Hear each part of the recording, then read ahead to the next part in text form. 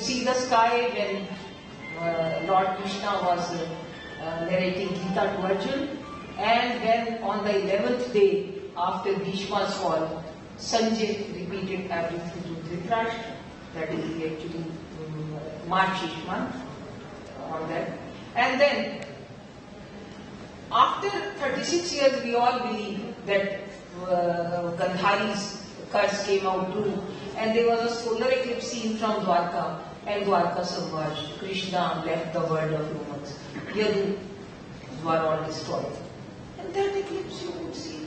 And this is such a frightening eclipse even on the software that the whole day, such a long eclipse and full eclipse you can see from Dwarka. Right in the 37th year of October. And then came the final thing which we kept on searching and searching. 3102 BC, and on the 19th February morning, which we believe, you can see Kaliyuga conjunction, that is all the 7 planets around the starting point. Aries is the starting point of constellation. On the two sides, on that side, we have displayed that sky view which gives all the, there was a limitation because there was no PPT arrangement here. So we put that sky view there. So dates were determined. Now the question was, if astronomy says these dates, what is the archaeology evidence, what is the paleobotany evidence, what is this oceanographic evidence, what is the remote sensing evidence? There are so many sciences. What do they say? Then there came Dr. Vish to my great help. I again acknowledge, I prepared the details of course, that these are the, I think all of you please switch off this, switch off the now, what has happened? We have all been, our self-pride or self-esteem has been so much lowered by falsehood in the history. I have no hesitation in saying. See, what I did. What I did is, I took out the entire details of those kingdoms which travelled to Mahabharat to participate in war. Their armies travelled. The route is given in Mahabharat, Udyogpar, that if Gandhar came, what rivers were crossed? If armies of Sindhu Savira came, what rivers were crossed? If Balkh came, or if Matsya Desh came, or if Panchals came, from what route they came. I identified all those routes and kept them aside, that these are the kingdoms, very large kingdoms, and these are the routes they followed, and consulted various geography books of ancient India, including Kaliyuga and Nandita, and I found, then identified that these are the kingdoms, and most of the names are currently also same. All are the same. So then I invited two final year PhD boys from JLU, requested them to do the plotting, GPS plotting of those kingdoms. We did that. And then we did the GPS plotting of all the so-called Harappan sites that is available. Now, when they plotted the kingdom's location and they plotted the archaeological site location, it was amazing. All those sites which have been excavated, including Harappa, Mohenjo-daro, Mehergarh, or maybe Kunal, Bhirana, Rakhigadi, Laura Deva, Jussi, any number, and latest one, Sinoli, they were all located in those kingdoms, exactly within those areas.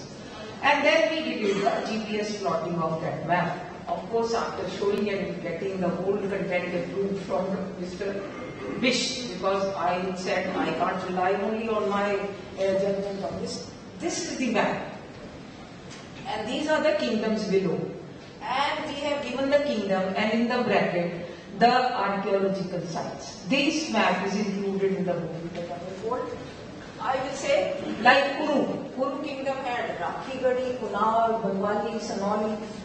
You had Gandhar, Takshila, Pushkala, very famous sites like that. So archaeology, what did archaeology do?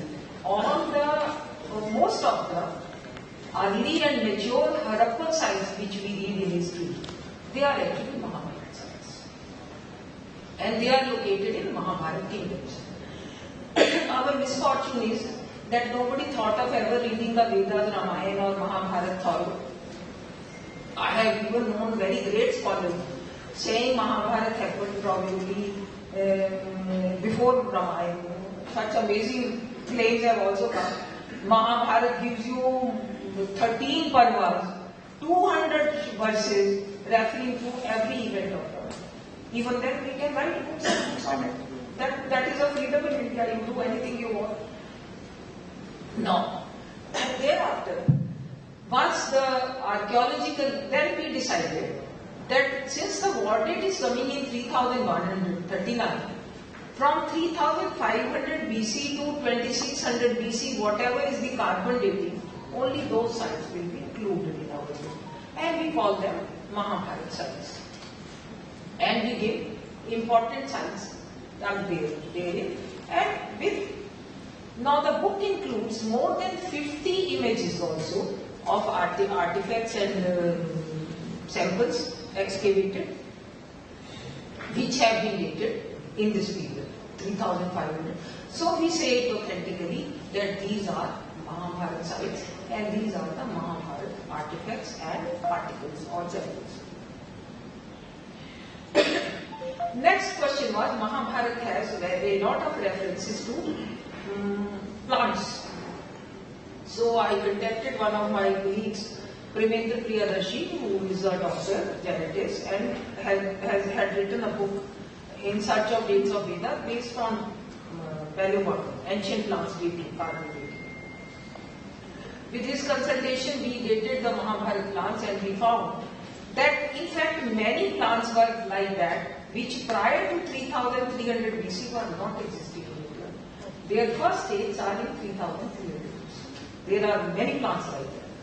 And then there are some which have vanished thereafter. With all that, we included a chapter and we were very clear that these are references to 3000 BC period. Mahabharat plants. So like that we went on, and finally, it was a great pleasure to imagine when Krishna was narrating Gita to Arjun how the sky looked like. It was all, it became a... So the whole science is knitted in the most honest depiction of Mahabharat story. We have not tried to change anything. And I also went into this research, how many Mahabharat editions, when they were seen, when there could be any interpolation. So I came to the conclusion that first century AD, whatever Mahabharat text was finalized, that is continuing to be read. If any interpolations happen, they have to be prior to that. So it is with that I came out and wrote this book. I am very grateful to Garud Prakashan. They made a lot of improvement. I wish Prashant Pandit was here. He was also did a lot of editing. And so I present it to you today with all my regards completed.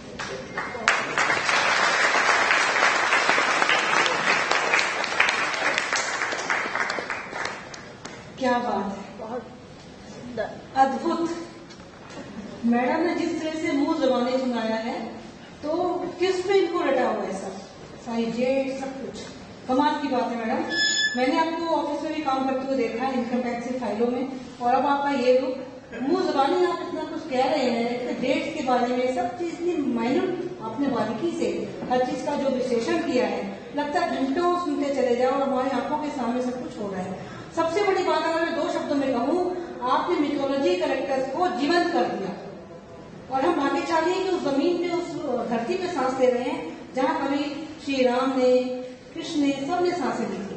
अभी prove हो चुका है इस किताब के माध्यम से, madam की स्टडी के माध्यम से, ये सब लोग थे यहीं पे थे, इसी भारत में, इसी हिंदुस्तान की धरती पर। Thank you so much madam for giving this truth to all the world. अभी किताब जैसे भी बताया कि किताब इंटरनेशनली भी जाती है, वहां तो भारत की संस्कृति को सब लोग जानेंगे कि ये सच है, मिथोलॉजी कैरेक्टर नहीं है। और अब मैं बड़ी रिस्पेक्ट से उस हस्ती को बुलाने जा रही हूँ, उनके पास थोड़ी तरह की कमी है, उनको कहीं जाना है, लेकिन मुझे समझ नहीं आ रहा उनको किन शब्दों में बुलाऊं।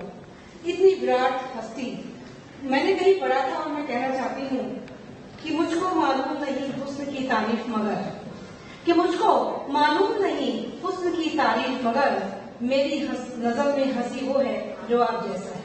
और एक और दो पंक्तियां, कम है दो पंक्तियां, कि वो जब बात करती हैं अदा के फूल खिलते हैं, कि वो जब बात करती हैं अदा के फूल खिलते हैं, अगर ऐसा है तो चलो उनसे बात करके देखते हैं।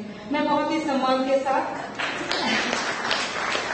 माननीय पद्म विभूषण ऑनरेबल राज्यसभा की विराट हस्ती डॉक्टर सोनलमानसिंह को निमंत्रित करती हूँ कि दो शब्द कहें। आपकी इच्छा तो वहीं से कहेंगे, बहुत अच्छी बात है, आप वहीं से कहिए और बहुत तालियों से स्वागत कीजिएगा।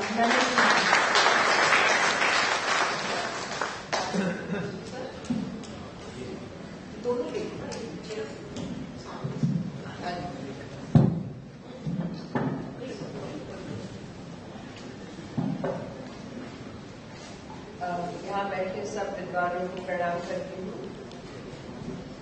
और मंचासी सारे अतिथियों को, विशेष रूप से श्रीमती सरोज बाला जी को, जिनको मैं इतना जानती नहीं थी, लेकिन उत्तरोत्तर मुलाकातों के बाद इनकी परतें और खुलती जा रही हैं। और जैसे एक कमल का फूल धीरे धीरे खिलता है, तो नाम ही है सरोज। यस, बिल्कुल सही। इनका रामायण के ऊपर जो अद्भुत पुस्तक है उसको मैंने देखा है, आपने ही मुझे दिया था।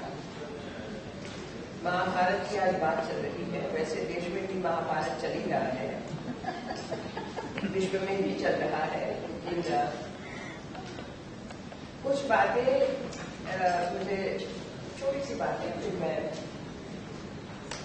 एक उन्होंने पहले जिक्र किया कि how she got into this, और एक के बाद एक ऐसी घटनाएं घटती गई कि उनके सामने नेशनल ज्योग्राफिक आ गया, उनके सामने पुस्तकें आ गई, उन्होंने कुछ और सुना। तो ये बात तो निश्चित है कि जब भगवती और हम सभी के जीवन में कुछ मिशन मिलता है, ये भी एक दैवी आज्ञा होती है।